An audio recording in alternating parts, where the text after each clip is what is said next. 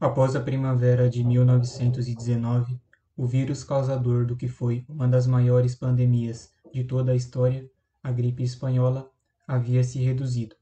Com todo o caos que havia implantado, milhões de mortes, quarentenas que, de maneira revoltante, não faziam nenhum efeito, mesmo com toda a pesquisa científica, com os excelentes nomes da época, o sentimento geral era de incapacidade.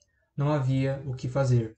Cidades caíam, pessoas entravam em profunda amargura e tristeza, vendo seus parentes e amigos morrendo, acrescentando com a característica peculiar do vírus que, diferente de outras gripes similares em outras épocas, estava matando mais pessoas jovens e saudáveis, com menos de 30 a 40 anos, do que idosos. Poderia ter sido o fim de pelo menos grande parte da humanidade, apesar de já ter feito estrago o suficiente. A queda, que se iniciou nesse mesmo ano, 1919, veio de forma surpreendentemente natural, com o vírus não conseguindo infectar mais, ou com a mesma intensidade, pessoas que já haviam sido expostas à doença, com a diminuição da letalidade e contaminação menor. O vírus, se não havia acabado, pelo menos havia trocado para um estado mais brando, revertendo-se à média, pois, antes disso, estava em um nível de demolição extremo. Foi um processo natural. Você que estuda a história de maneira mais profunda pode já ter refletido que a pandemia de gripe espanhola, que se iniciou em 1918 e foi até 1922, isso é, 4 anos, deve inferir que pode ter tido uma influência nos eventos subsequentes no mundo, principalmente o maior deles, a Segunda Guerra, que se iniciaria 17 anos depois, em 1939. Sim, realmente tem. No cenário político e principalmente econômico, há uma grande relação. Em outro vídeo nós abordaremos com mais detalhes tudo sobre a gripe espanhola. Mas havia uma pessoa, um nome de grande importância na época, que tentou evitar a tragédia que foi a Segunda Guerra Mundial. O na ocasião presidente dos Estados Unidos, Woodrow Wilson, era um homem de ideais bem definidos. Dado por alguns como um pouco flexível ou teimoso, ele era o principal representante, e talvez o único de fato, a buscar uma solução de paz após o fim da Primeira Guerra. E, infelizmente, a gripe o atacou. Ele não foi vítima da gripe, conseguiu sobreviver a ela, mas um efeito deixado, uma sequela, afetou profundamente o restante de sua vida e, consequentemente, toda a história da humanidade. A grande maioria das pessoas conseguiam se recuperar totalmente da doença, mas o vírus influenza estava causando um efeito mais sutil, porém derradeiro em algumas. Médicos observavam que os pacientes estavam sofrendo dano no cérebro e no sistema nervoso. Veja bem, um dos sintomas mais constantes durante a gripe era a febre, que em níveis altos causa delírio. Isso não é novidade, mas, e além disso, médicos do mundo todo relatavam seus pacientes sofrendo com confusões mentais, excitação no nível maníaco, medo, violência, demência, inquietação, melancolia, além de, claro, depressão. Houve um número alto de suicídios relatados nesse período. No início, muitos apontavam a guerra como a causa disto. Porém, juntando com esses sintomas mentais que as vítimas da gripe sofriam, ficava fácil de fazer a correlação que, na verdade, a causa era a gripe e seus danos mentais. Essa hipótese foi confirmada com médicos e cientistas estudando o cérebro das vítimas fatais a partir de autópsias. Pessoas saudáveis, bons trabalhadores, alunos excelentes, após sofrerem com a gripe, passavam a agir como vegetais. No início de 1919, após o fim da Primeira Guerra Mundial, Paris estava no centro de todo o mundo para que os tratados pós-guerra fossem discutidos e assinados. As nações vitoriosas, nações menores, nações perdedoras que esperavam renascer das trevas, todos estavam observando o que seria concluído, destacando que a Alemanha, perdedora na guerra, não tinha nada a opinar, apenas esperar a decisão.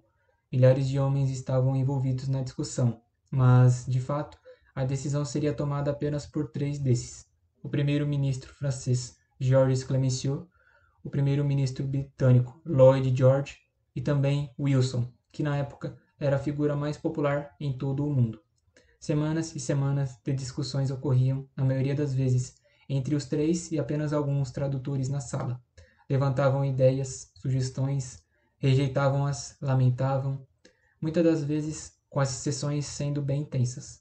Em 29 de março do mesmo ano, Wilson disse: Clemenceau me chamou de pró-germânico, querendo dizer que o Wilson queria favorecer a Alemanha, e saiu da sala.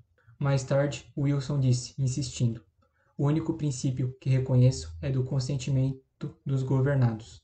Além desta, mais revoltada, quando chamou os franceses de execráveis. Veja bem, para ele é surpreendente. Não era comum de sua pessoa reagir dessa forma, visto que era um homem bem religioso. Wilson estava ameaçando inclusive deixar a conferência de paz, entre aspas, e retornar aos Estados Unidos, visto que não havia progresso no que ele entendia ser a única solução viável no acordo. Acontece que, repentinamente, Wilson foi atacado por crises de tosse, conforme relata seu médico.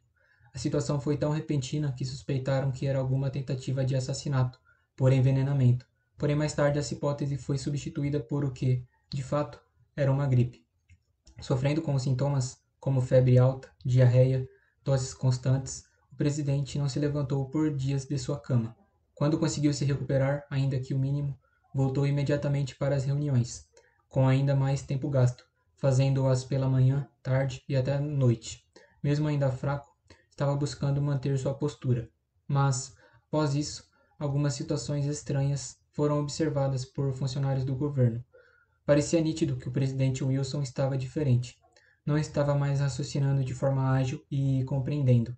Parecia muito apegado a detalhes e com ideias de perseguição. Chegou a levantar a hipótese de que sua casa estava cheia de espiões franceses.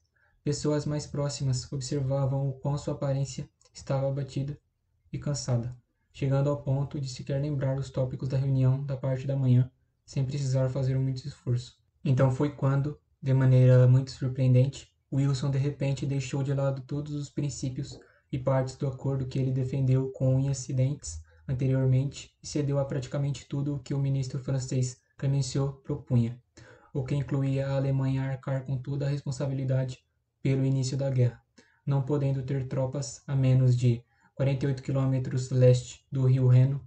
Campos de carvão alemães foram minados, proibindo o acesso.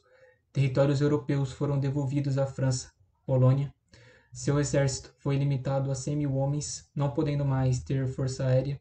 As colônias, na época que pertenciam à Alemanha, foram arrancadas, foram tomadas, no caso, por outros países da Europa e não se tornado independentes, entre mais alguns acordos também. Veja bem, não sabemos o que teria acontecido se o presidente Wilson não tivesse adoecido.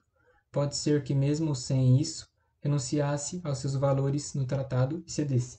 Ou pode ser que seguisse com sua postura anterior, buscando a solução de paz, e se isso não acontecesse, não haveria negociação. Eu acredito muito mais na segunda hipótese. Antes de todo esse caos da gripe o atingindo, ele estava muito firme em sua posição, chegando a declarar que uma paz duradoura só existe com uma paz sem vitória. Esse é um grande se, uma suposição. Obviamente temos que agir com a realidade, mas sabendo dos fatos que se desencadearam depois, é necessário levantar esse momento histórico. Todos, inclusive historiadores, são praticamente unânimes em apontar que o acordo, que foi muito pesado contra a Alemanha, levantou um caos no ambiente, afundando a economia, a política e promovendo o nacionalismo de figuras como Adolf Hitler. Em seu país, os Estados Unidos, Wilson foi duramente criticado por diversas pessoas, incluindo figuras muito importantes de sua época, o Congresso, funcionários do governo fizeram protestos e alguns pediram demissão. Mais tarde, em 1924, por complicações em sua saúde após sofrer um AVC, Wilson faleceu. Seus feitos em importância no cenário político e econômico no século XX são de grande importância, e depois trarei um vídeo explorando tudo isso em maiores detalhes. Bom, no vídeo de hoje é isso, pessoal. Espero que vocês tenham gostado. Podem comentar qualquer coisa referente ao vídeo e fiquem à vontade também para sugerir outros vídeos para que eu possa trazer aqui para o canal. Peço que vocês se inscrevam, deixem um like. Enfim, por hoje é isso. Valeu!